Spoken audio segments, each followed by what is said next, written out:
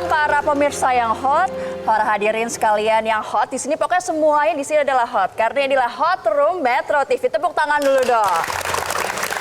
Nah, saya tentu saja bersama Bang Hotman Paris, saya akan memberitahukan suatu berita yang hot dari Bang Hotman Paris. Apa itu, Bang? Baru ketemu seseorang yang sangat spesial dari Amerika Serikat. Anak Presiden Amerika Serikat. Ada fotonya, kita lihat yuk ke sana ya, Bang. Ya, ini dia nih, coba lihat gantengnya. Itu gantengan mana dari aku? Yang tengah lah, Bang. Ya. Yang tengah siapa anaknya ya? Ya. Jadi yang ini ya, Donald Trump Jr. Ini orang White House. Ya. Yang sebelah sini sama Secret Service. Yang dasi kuning anak saya yang juga pengacara Frank. Dan tentu itulah Hotman Paris. Ada apa? Kenapa Bang Hotman akhirnya dipilih dalam acara yang spesial ini untuk datang bertemu dengan Donald Trump Jr.? Itu ada kaitannya dengan bisnis dinner.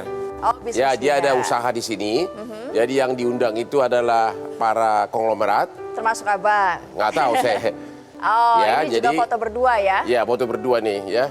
Terus kabarnya... Dan dia pada staf-staf kedutaan sama di mana-mana ada Secret Service. Oh, nih videonya nih. Ah, ini dia. Ini kan noleh-noleh cincin Abang, lihat nggak tadi? Dia malah komentar, lagi. suka banget cincin saya. Cincin yang mana Ya. nih kayaknya? Yang ini paling gede. Yang paling dua-duanya dia suka. Oh ya? Ya, bahkan dia datang ke meja saya. Hah? Dia bilang begini, kamu lebih cocok jadi salesman daripada lawyer. Luar biasa. Tepuk tangan dulu dong buat Bang Hotman Paris. Selain seorang pengacara handal, ia ternyata juga seorang sosialita internasional. Betul kan? Ya pemirsa, itulah tadi berita paling hot dari Bang Hotman Paris yang baru saja bertemu dengan anak Presiden Amerika Serikat. Oke, kita back to business. Sekarang kita akan berbicara tentang tema apa, Bang, dalam episode ini? Tema hukum di Hot Room malam ini adalah pembebasan tanah, ganti rugi atau ganti untung. Dan sebelumnya kita lihat dulu tayangan yang satu ini, pemirsa.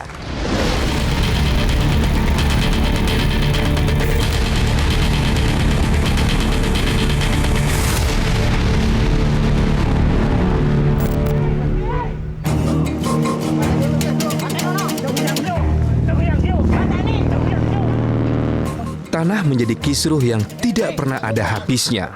Walau rezim berganti, konflik agraria masih terus terjadi. Kendati jadi prioritas pemerintah, program reforma agraria nampaknya tak kunjung terrealisasi.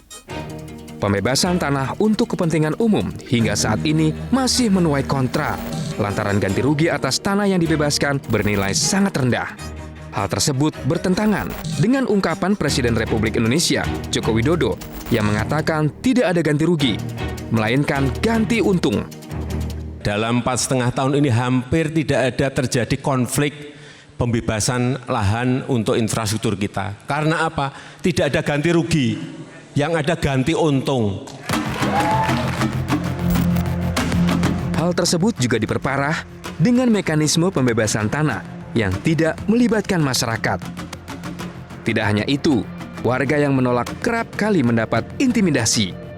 Tidak heran, sebanyak 78,9% masalah di pengadilan seluruhnya berkaitan dengan tanah. Lantas apakah pembebasan tanah oleh pemerintah sesungguhnya telah berpihak kepada rakyat? Bagaimana perjuangan mereka dalam menuntut hak atas ganti rugi yang layak? Pembebasan tanah, ganti rugi atau ganti untung akan menjadi topik Hot Room kali ini. Kita sudah menghadirkan sejumlah narasumber, baik juga ada sejumlah orang yang akan melapor. Langsung aja. Ya, Agus dari Solo. Ya, yang didampingi kuasa hukumnya Pak Gani ya. Gimana Pak Agus, masalahmu apa? Peningkatan ruas jalan. Peningkatan ruas jalan daerah mana? Daerah Kabupatennya Sukoharjo. Ya. Itu ada berapa orang yang jalannya akhirnya harus rumahnya harus digusur? Itu pekarangan yang kena terdampak itu sekitar 433 bidang dari panjang 5,2 km. Oke. Oke, terus apa? Masalahnya apa? Anda tidak diganti rugi yang layak atau apa? Ya, ganti ruginya ada, cuma Tidak layak. sesuai dengan harapan dengan warga. Kemudian Oke, tidak ada ini musyawarah. Harga ganti rugi yang ditawarkan apakah sesuai dengan NJOP atau Anda minta harga pasar? Kami mintanya harga pasar. Bedanya berapa persen dengan harga NJOP atau harga di lembaga pemerintah? Yang jelas yang sebatas pengetahuan saya, harga pasaran yang di pasar yang pernah terjadi itu 600.000 per meter. Berapa? 600.000 per meter. Untuk 600.000 per meter, yang ditawarkan berapa? 250.000. 250.000. Oke, yang menentukan itu apa? Lembaga penilai atau siapa? BPN? Lembaga penilai. Oke, apakah kalian diajak berunding dulu? Penentuan harganya tidak. Tidak. Jadi langsung harus terima gitu ya? Iya. Oh begitu. Atau Anda lupa diundang ke kantor desa, Anda tidak datang? Di sosialisasi yang keempat itu kita semua dikumpulkan, semua Oh, warga. dikumpulkan. Ya. Dikasih tahu harganya berapa? Sistemnya kita dikasih amplop tertutup Yang isinya? yang isinya lembaran nilai ganti rugi. Nah, setelah dibuka tertera nominal ganti Artinya ruginya. tidak ada musyawarah. Tidak ada musyawarah. Sudah Jadi langsung harus terima diponis. aja Iya. gitu. Terus selanjutnya apa? Anda sudah digusur atau gimana? Belum. Jadi? Masih di situ. Masih di situ. Kemudian kita diberi waktu 14 hari setelah yang namanya musyawarah tadi, meskipun tidak ada Oh. musyawarah, Jadi musyawarah baru-baru ini terjadi 14 ya? hari untuk mengajukan gugatan bila kita keberatan. Gitu. Oke, oke, gimana oke. kuasa hukum? Dalam waktu 14 hari kita dari tim kuasa hukum memasukkan yang namanya permohonan keberatan, Pak Ya. Hotman, kalau menurut Perma 3 nomor 2016 itu. Karena 14 hari maksimal harus sudah masuk, akhirnya tanggal 13 Desember 2018 kita masukkan dan sudah diregister di pengadilan negeri setempat. Itu permohonan atau gugatan? Bentuknya gugatan tapi judulnya permohonan keberatan kalau sesuai begitu dengan ya. Perma. Sudah ditunjuk majelisnya? Sudah untuk yang pengadilan negeri sudah diputus. Oh, sudah diputus? Sudah diputus Cepet ya? dan warga kalah. Terus Itu harus diputus berapa hari kalau nggak salah itu? maksimal 30 hari sudah harus diputus. Sudah harus diputus. Warga Ya. kalah terus kasasi langsung? Ya, langsung kita kasasi. Sekarang masih semua. nunggu keputusan kasasi? Masih nunggu sekarang. Oke, masih nunggu ya? Dan uang harga ganti rugi belum dititipkan oleh tim pembebasan ke pengadilan? Belum, karena dari mereka nunggu dulu putusan dari Mahkamah Agung. Oh, Nunggu jadi begitu. Yang membebaskan di sini siapa? Tim penilainya siapa? Dari tim penilainya ada apresial dari tunjukan dari kabupaten sana. Maksudnya Pemda atau BPN? Tim Dari penilainya itu? ketua panitia pembebasannya dari BPN. Oke. Terus bekerjasama dengan DPU juga. Oh, ada tim Pekerjaan gitu? umum. Iya, ada tim. Oke. Anda sebagai kuasa hukum melihat ada irregularitasnya apa? Yang Anda melanggar peraturan apa? Jadi saya akan kaji dari pertimbangan hakim di pengadilan negeri Ya. itu. Yang pertama, yang kita maju 49 orang itu memang punya legal standing. Oke. Yang kedua, kita belum melampaui waktu 14 hari kerja. Ya. Yang ketiga, gugatan kita itu ditolak karena apa namanya? Pertama, kita harus punya appraisal pembanding untuk menentukan harga itu benar-benar 600 atau enggak. Oke. Berarti hakim menyetujui harga yang diberikan oleh tim penilai? Iya. Oh, begitu. Terus untuk yang kedua, permasalahan ada di musyawarah. Kita akan mempermasalahkan masalah musyawarah. Ya. Dalam pertimbangan hakim, musyawarah itu wajib untuk bentuk ganti rugi. Tapi untuk besaran ganti rugi tidak wajib. Anda mengatakan seolah-olah harga yang ditentukan oleh tim penilai undisputable, nggak bisa lagi dibantah. Iya, sudah Itu final nanti itu. Kita akan urusan di high tanyakan. court nanti. Ya. Tepuk tangan dulu, masih ada satu orang pelapor lagi yang akan kita diskusi bersama. Kita break dulu, jangan kemana-mana, tetaplah bersama kami di Hot Room Metro TV. Hot Room menampilkan tema pembebasan tanah yang sering selalu menjadi sengketa adalah tentang besarnya ganti rugi. Tadi seperti narasumber pertama, pelapor pertama ini ada beberapa hal yang sebenarnya janggal. Yang pertama, ini indisputable. Jadi jumlah nilai nominalnya tadi 250 juta nggak bisa digugat lagi. Seolah-olah apa kata tim penilai itu yang berlaku jumlahnya. Itu yang aneh. Kalau keanehan yang lain apa Bang? Kejanggalan yang menurut Abang? Kejanggalannya adalah yang masih belum jelas sekarang ini, ukurannya itu bahan pembanding harga tanah itu mana yang dipakai sebagai acuan. Acuan dari Acuannya nilainya. apa? Harga siapa? Apakah penilai atau bagaimana? Ya, karena ada misalnya nilai NJOP, ada harga pasar, ada harga juru penilai. Jadi mana yang dipakai yang diakui oleh tim penilai pemerintah. Itu yang perlu hukum positifnya agar jangan terus-terus jadi masalah gitu loh. Karena kita sudah tahu harga NJOP sebagian besar hampir seluruh Indonesia selalu lebih rendah dari harga pasar, kecuali di Bali. Di Bali banyak daerah harga Pemda, NJOP lebih tinggi dari harga pasar. Bang Hotman emang paling tahu soal hal ini. Oke, kita tadi udah pesen minuman karena abang kayaknya udah haus sebelum kita ke pelaporan kedua. Nah ini dia, hai. Kurang lancar saya tadi berdebat kalau nggak ada kopi Top Toraja. Pasti dong. Ya. Thank you. Ini kopi hitam favorit Bang Hotman. Top Kopi Toraja. Mantap Top Kopi Toraja ya. Mantap banget, favorit Bang Hotman. Oh, my favorite coffee. Top Kopi Toraja, kopi hitam asli dari Toraja yang rasa dan aromanya lain daripada yang Cuma lain. ada di Hot Coffee kan? Iya Oh, dong. mantap ya. Dilanjutkan Makasih ya. kembali. Oke, saya mau ke topik kedua dulu ya. Oke, Ya, di sini narasumber ada kedua, pelapor kedua. pelapor kedua ada warga dari Pontianak ya. Jauh-jauh dari Marta Pontianak, Sandeng ya. ya didampingi kuasa hukumnya Pak Andel. Gimana Ibu Marta Sandeng, ini kasus Pontianak ada apa gimana? Di perbatasan Antekong, Malaysia. Ya, Ya. Ibu punya tanah. Ya, saya Dibebasin punya oleh tanah. siapa? Pemerintah. Oke, terus, Ya, Mas? untuk apa? Untuk bikin jalan pelebaran jalan. Oke, pelebaran dulu. jalan. Oke, ya, terus? paham. Saya kan punya ruko ya. Ya. Ada 11 buah. Terus Ada 11 buah. buah ruko. 11 ruko. ruko. Kaya juga nih. Nah, terus? Terus hotel pun ada juga Oke. gitu.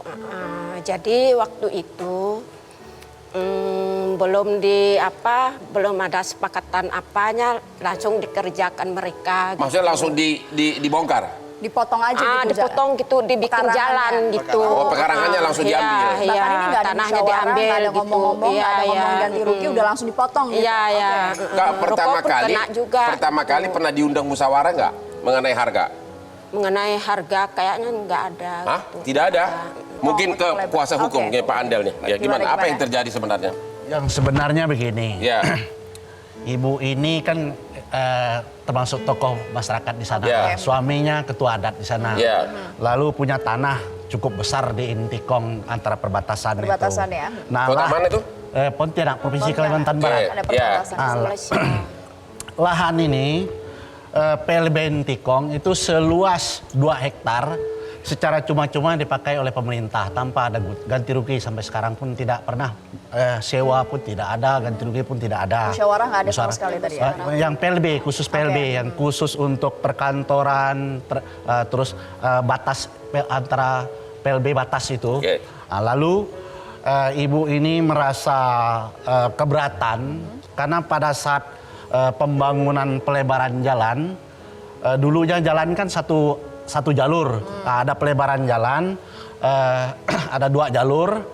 Nah, kemudian kenalah ke bagian ruko dan hotel.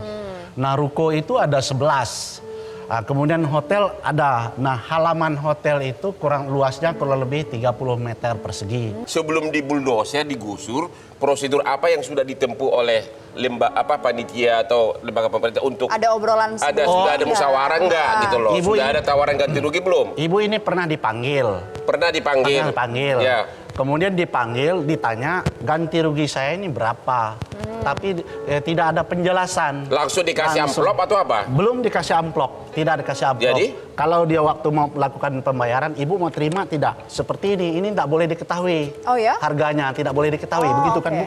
Jadi dikasih amplop yang ada harganya. Enggak dikasih amplop, hanya dikasih kertas. Dikasih lihat. Dilihat, ibu mau terima seperti ini. Artinya di kertas itu sudah disebutkan angka. Sebut angka pun kita Oke. tidak begitu. Terima atau tidak begitu kan? Itu yang jadi Nah, persoalannya. terus ibu menolak. Menolak sih enggak. Menolak, Cuman dikatakan menolak lah Oke. karena enggak sesuai dengan Kan menurut bayaran. undang-undang kalau menolak dalam waktu 14 hari harus segera permohonan keberatan ke pengadilan. Apa Iya, yang sudah siap. ditempuh? Begini, Atau sudah lewat? begini. Khusus untuk tanah yang 2 buah yang dipersoalkan sini, Ya. setelah saya ketemu dengan Satker, saya bilang, Pak ini ke tanggal 21 bulan 11 saya datang ke Satker. Saya bilang, Pak, kok tanah ini sudah dikerjakan? Apakah sudah ada musyawarah?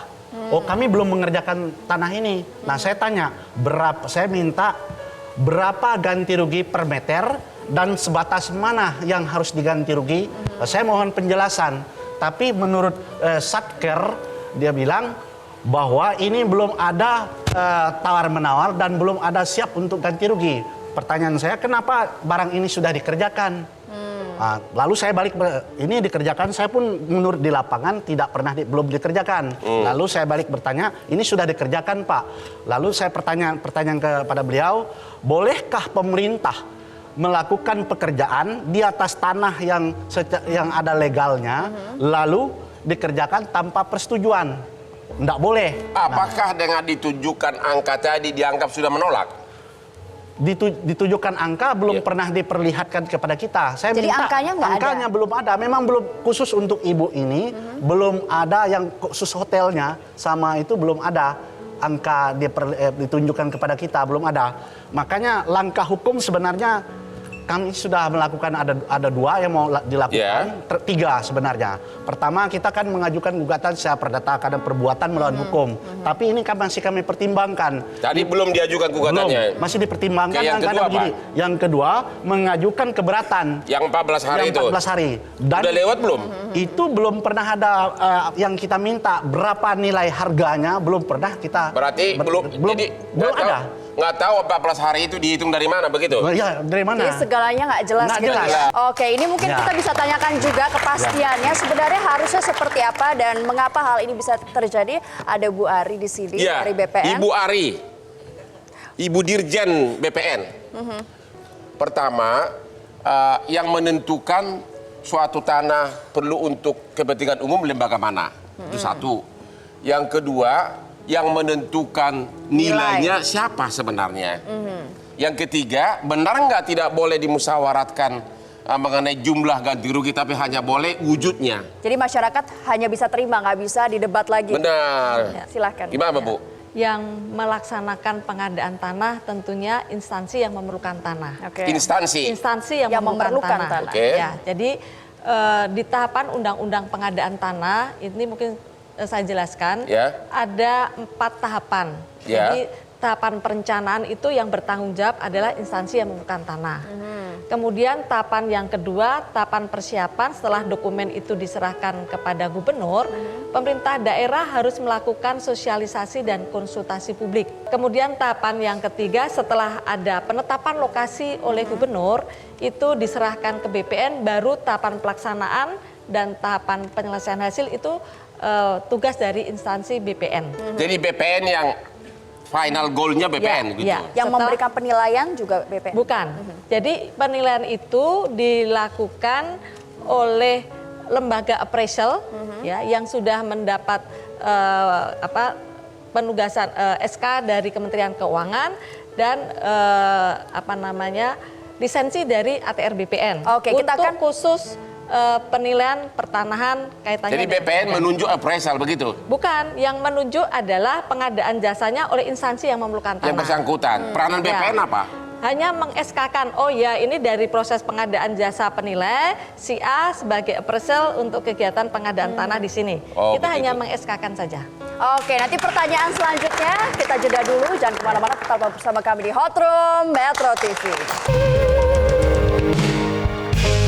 Ibu Ari, Dirjen Pengadaan Tanah BPN. Yang menjadi masalah utama selalu adalah mengenai harga tanah. Tadi Ibu mengatakan yang menentukan nilai harga tanah adalah lembaga yang membutuhkan tanah, menunjuk lembaga appraisal. Kan yang menunjuk, tentu lembaga appraisal yang ditunjuk akan patuh sama yang menunjuk. Akan memihak kepada instansi yang menunjuk. Bagaimana caranya agar objektif sehingga rakyat tidak dirugikan? Ya. Jadi instansi yang memerlukan tanah ini kan hanya tugasnya mengadakan pengadaan appraisal saja. Kemudian appraisal itu setelah ada yang pemenangnya, kemudian diserahkan ke BPN untuk melakukan penilaian. Ditetapkan dulu dia sebagai pelaksana penilaian. Pelaksana. Ya. Harganya siapa yang menentukan? Appraisal. Appraisal kasih ke BPN gitu? Ya, nanti appraisal itu kan akan turun ke lapangan dengan daftar nominatif dan peta bidang yang sudah kita umumkan, kemudian sudah dijadikan daftar nominatif tetap, kemudian appraisal dengan data itu turun ke lapangan melakukan penilaian. Bagaimana cara rakyat menyangkal appraisal ini? Nah, kebetulan setelah appraisal turun ke lapangan dia membuat suatu nilai, nilai ini diserahkan kepada BPN untuk dilakukan musyawarah. perlu Bang Hotman tahu bahwa nilai appraisal ini adalah nilai tunggal, ya. Yang dimusyawarahkan adalah bentuknya. Bentuknya dalam arti senilai. Artinya harga tanah tidak unnegotiable? Tidak, karena tadi ditetapkan oleh undang-undang bahwa tadi semuanya sudah disampaikan bahwa nilai appraisal ini nilai tunggal. Jadi ini kayak semena-mena dong, tergantung appraisalnya, tergantung yang memberikan nilai gitu. Jadi masyarakat yang merasa tadi seperti Pak Agus, 250 juta. Sebetulnya kan tadi ada setelah musyawarah tadi disampaikan itu ada hak dari subjek hak tadi. Dia setuju atau tidak? Karena tapi yang mengenai harganya tidak boleh didebat. Iya, jadi yang dimusyawarahkan adalah mau bentuk uang, mau bentuk tanah pengganti, mau relokasi atau bentuk lain yang disetujui. Artinya secara undang-undang berapapun nilai yang ditentukan oleh appraisal itu final. Ya, final. Jadi kalau misalnya mereka pergi ke pengadilan pun, nah sekarang kan ini final, Mbak, final. Kemudian kalau mereka tidak keberatan dengan nilai yang disampaikan, mereka punya kewajiban 14 hari untuk apakah pengadilan berhak menetapkan harga terlalu murah yang ditentukan oleh appraisal? Tentunya appraisal, Ketua Pengadilan Negeri akan menetapkan apa nilai appraisal dan pembanding. Artinya menurut Ibu pengadilan berhak menyatakan nilai appraisal terlalu murah? Boleh. Ada. Tapi kan di satu pihak tadi nilai appraisal final. Ya, final. Tapi kan atas putusan pengadilan tadi ada kok yang misalnya nilai pengadilan itu kemudian harus dinaikkan. Artinya pengadilan sebagai lembaga keadilan berhak menguji nilai appraisal tadi. Jelas. Jadi kalau gitu, saya mau tanya ke Pak Huta Galung nih. Bagaimana Pak Huta Galung? Apakah setuju dengan Ibu Dirjen tadi? Jadi apa yang... Ini sama-sama BPN ini, Pak Huta Galung pensiun dan Kakak Nul BPN. Jadi apa yang disampaikan Ibu Ari pada prinsipnya adalah sama. Ya. Cuma harus kita bedakan apakah pembebasan tanah ini di bawah 5 hektar dan di atas 5 hektar, sangat berbeda. Ya. Jual luas keseluruhan gitu, bukan per rumah tangga kan, bukan ya? Bukan, keseluruhan. Bedanya apa Pak? Ya, bedanya tadi kalau misalnya di atas 5 hektar, sebagaimana disampaikan Ibu Hari tadi, ada tahapannya, ada perencanaan segala macam ya. Ada tahapannya.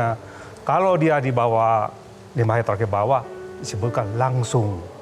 Langsung dalam arti? Langsung antara yang membutuhkan tanah itu dengan masyarakat. Langsung kan berbeda itu ya. Kembali yang tadi. Tanpa appraisal? Tetap juga pakai appraisal ya. Yang jadi kendalanya di sini, benar apa yang disampaikan tadi Ibu Hari, bahwa tim penilai itu yang menilai, tapi bahan yang dinilai itu adalah hasil kerja dari Badan Pertanahan. Ya, benar ya. Masukan dari Badan Pertanahan. Ya, apa yang dinilai itu, apa yang dihitung atau diinventarisasi, diukur oleh Badan Pertanahan itu, baik itu tim Satgas A maupun Satgas B, diserahkan ke dalam penilai. Penilai yang menilai dan menyerahkan kepada BPN. Sebenarnya memang ada di sini waktu yang bisa kalau memang ya masyarakat itu keberatan bisa menyampaikan sebelum masuk ke pengadilan ya Pak ya. Kalau gitu pertanyaan berikutnya Pak, Jakarta ini udah semua tahu punya NJOP, tapi rata-rata nilai pasar di atas NJOP. Bagaimana formulanya appraisal menentukan harga mana yang dipakai? Appraisal, harga pasar atau harga NJOP kadang-kadang berbeda ratusan persen. Itu digabung. Yang penting appraisal itu harus menentukan metodologi yang menguntungkan oleh masyarakat. Itu terlalu umum Pak, menguntungkan. Tapi selama ini kan selalu harus tinggi dari harga NJOP gitu. Harus lebih tinggi dari harga NJOP dari pasar gitu. Jadi istilahnya kan sekarang kan pembebasan seperti Presiden menyatakan kan ganti keuntungan kan Pak, bukan ganti rugi lagi. Maksudnya seperti itu. Jadi tapi harus menguntungkan masyarakat banyak gitu. Tapi yang dialami oleh Pak Agus Solo misalnya, ini 250 juta ini jauh di bawah dari harga pasar. Gimana? Mungkin gimana komentar Pak Agus dan Gani terhadap komentarnya? Karena harus ganti untung, mau kalian malah rugi. Gimana? Ya. Setuju nggak dengan kenyataan di lapangan? Berbeda jauh. Yaitu? Karena kemarin di persidangan diungkap, appraisal itu membandingkan dengan ruas jalan yang satu jalur, mungkin di sebelah utaranya atau selatannya. Kemudian yang dipakai pembanding itu jalan yang mati. Lebih murah? Jalan yang mati, ya, arah ke hutan. Sedangkan jalan yang lewat di kampung saya, itu jalan hidup. Ada terusannya ke Kabupaten Karanganyar, ada ke Kabupaten Wonogiri. Udah pernah diskusi sebelumnya soal hal ini? Ada perkembangan berarti nilai. karena salah menerapkan formula pembanding, akhirnya harga jadi lebih rendah. Ya, itu bisa Pak Huta Galung digugat di pengadilan Bisa. mengenai nilainya terlalu rendah. Jadi yang bisa digugat itu dalam rangka pembebasan tanah, bentuk dan besarnya. Oh, bentuk dan besarnya. Kok tadi Pak? Dalam rangka pembebasan tanah. Tadi Tapi Pak bisa Gani juga mengatakan, digugat ya. dalam hal lain, dalam perbuatan melawan hukum juga bisa. Sebentar dulu. Tadi kata Pak Gani kuasa hukumnya, katanya hakim mengatakan sepanjang menyangkut nilai ganti rugi sudah undisputable, benar nggak? Gimana Tidak itu Pak? bisa Apa itu putusan salah? Salah, enggak begitu. Jadi penggugat itu harus bisa menunjukkan bahwa ganti rugi yang ditetapkan tidak benar itu salah. Harus Lebih bisa rendah, ganti rugi. itu harus bisa dibuktikan. Itu diatur dalam undang-undang pengadaan tanah? Di tempat nilai itu ada Bukan, kriteria. undang-undangnya Pak. Nomor 2 tahun 2012. Itu di situ diatur, boleh Pak? Boleh, Ibu Ari. Boleh, di undang-undang itu boleh disebutkan bahwa masyarakat boleh waktu mengajukan permohonan keberatan ke pengadilan yang 14 hari itu boleh mendalilkan ganti rugi terlalu kecil. Ya, boleh. Oh, boleh ya, tidak boleh, final itu adalah dong. hak masyarakat Boleh. berarti ya kalau misalnya gitu ya. Kan Tadi namanya seperti keberatan ganti rugi, Pak. Iya. Jadi apa yang sudah dinilai oleh appraisal menurut subjek hak tadi terlalu rendah, boleh mengajukan keberatan. Berarti ganti Pak Gani, rugi. Pak Jai, kasasi dong. Iya, jadi kan dalam pengadilan di tingkat pertama itu kita ajukan bukti jual beli notarial itu harga per meter 600.000. Contoh kasus lain gitu, Ya. tanah lain. Ya, di sekitar situ. Di sekitar situ ada jual beli yang notarial, ada AJB-nya mengatakan per meternya 600.000. Nah, dalam pertimbangan hakim itu kan mewajibkan harus mempunyai saksi appraisal, saksi ahli dari appraisal juga. Nah, Artinya warga harus menunjuk appraisal juga? Iya, untuk menilai itu terlalu kecil. Orang kampung, orang kecamatan bagaimana ngerti appraisal, Pak? Iya, makanya itu. Kemarin kita sudah berusaha menembusi 4 kantor appraisal, tapi mereka tidak mau jadi pembanding di pengadilan negeri. Karena selidik punya selidik, mereka itu punya kode etik yang tidak tertulis. Ketika ada proyek pemerintahan, itu appraisal lain tidak boleh jadi pembanding. Seperti itu. Oke, kita tepuk tangan dulu, kita lanjutkan nanti bagaimana tanggapan dari dua narasumber kita. Dan kita juga masih ada satu pelapor yang mungkin akan bertanya kepada narasumber kita. Jangan kemana-mana, tetaplah bersama kami di Hot Room Metro TV. Ini saya mau kasih kesempatan kepada Ibu Marta dan Pak Andel dari Pontianak. Karena kita tahu kan dalam undang-undang kalau sudah ditentukan harus mengajukan permohonan 14 hari, itu nggak boleh dilewatin. Kalau lewat itu bakal gugur itu gugatan. Pertanyaan saya, mungkin tanyakan kepada Ibu Dirjen dan Pak Huta Galung, kalau kalian itu 14 harinya itu ditentukan kapan gitu? Sejak kapan? Emang gitu, kan? musyawarah tidak ada? Boleh ditanya, silakan. Tanah yang dipersoalkan di sini, hotel dan ruko itu hanya 2 itu yang dipersoalkan. Kalau tanah yang lain, Ibu ini tidak pernah mempersoalkan berapa ganti ruginya. Jadi yang kalian nuntut itu ganti rugi tanahnya atau hotelnya? Ini begini, tanah itu yang dipersoalkan begini, karena halaman parkir hotel dan halaman parkir ruko itu sudah tidak ada lagi. Nah, dulu hotel itu tempat orang melakukan baik dari Malaysia, disitulah penginapan mereka. Artinya Pak, jadi gara-gara tanahnya sudah ada, tidak ada, hotelnya jadi nggak laku begitu? Tidak ada, sama sekali sudah mati total. Artinya tanahnya hilang, maka hotelnya pun hilang begitu? Jadi artinya sesuai dengan apakah itu berarti juga Anda berhak atau klien Anda berhak menuntut ganti rugi atas hotel? Ya, itu yang jadi persoalannya. Itu yang jadi persoalan. Baik, Pak Ibu Marta, jadi informasi yang kami dapat dari kantor pertanahan di Entikong, musyawarah sudah dilakukan 10 kali, Pak. 10 kali ya, sejak yang kapan, terakhir adalah tanggal 23 November 2018. Oke. Tetapi juga belum ada kesepakatan. Musyawarah. Jadi Bu Marta ataupun kuasanya yang hadir sudah diundang musyawarah di kantor pertanahan sudah 10 kali, Pak. Ya, final musyawarah dianggap yang ke-10. Ya, ini yang sudah yang ke-10. Berarti 14 hari dari situ ya, harus sudah permohonan ke pengadilan. Ya. Jadi karena tidak ada kesepakatan harga, tentunya BPN akan memvalidasi kepada PUPR yang membutuhkan untuk dikonsinyasi. Konsinyasi, dititipkan uang ke pengadilan. Ya, uang dititipkan ke pengadilan. Pertanyaan saya begini Bu, belum terjawab. Tadi kan mereka persoalkan. Ya. kalian ambil tanah pekarangan hotel dan ruko, akhirnya ruko dan hotelnya sudah tidak ada artinya. Secara hukum berhak nggak dia menuntut ganti rugi atas hotel dan ruko? Kerugian. Jadi sepanjang tanah itu sebagai tanah terdampak sudah tidak bisa dimanfaatkan lagi, pihak yang berhak bisa mengajukan untuk diberikan usulan untuk bisa diberikan ganti rugi atau tidak. Tapi kan bukan hanya tanah, hotel, keuntungan. Iya. Jadi seperti saya contohkan Bapak, yang di Cikampek itu, di Halim itu ada sudah pembebasan lahan jalan tol, kemudian dibebaskan lagi kereta cepat. Ya, sehingga warga ini kan terdampak. Jelas tanahnya semuanya kan tanah semua kosong. diganti semua. Kalau begitu aja Bu, langsung aja to the point. Kan Ibu kan mengatakan sudah 10 kali musyawarah. Apakah hotelnya itu dan rukonya itu sudah dipertimbangkan nggak sebagai usulan ganti rugi dari panitia? Pertanyaan saya kembali ke Bu Marta, apakah Bu Marta sudah mengajukan usulan ke panitia agar tanah sisa yang terdampak itu dibeli? Gimana Pak Andel? Saya jawab Ibu ya. Kalau saya minta maaf sekali lagi Ibu. Kalau Ibu mengatakan 10 kali, saya mendatangi Satker 2 kali Ibu. 2 kali, sama di sekjennya 2 kali juga saya menghadap. Saya bertanya, berapa harga ganti rugi atas tanah lahan yang dipergunakan untuk pelebaran jalan? Sampai hari ini saya belum menemukan jawabannya. Dia bilang ini belum ada dilakukan penawaran. Nah, saya khawatir karena Ibu Marta Sanding ini orang tidak sekolah, karena orang kampung dibawa oleh ke tempat panitia suruh tanda tangan. Itu yang saya persoalkan di satkernya.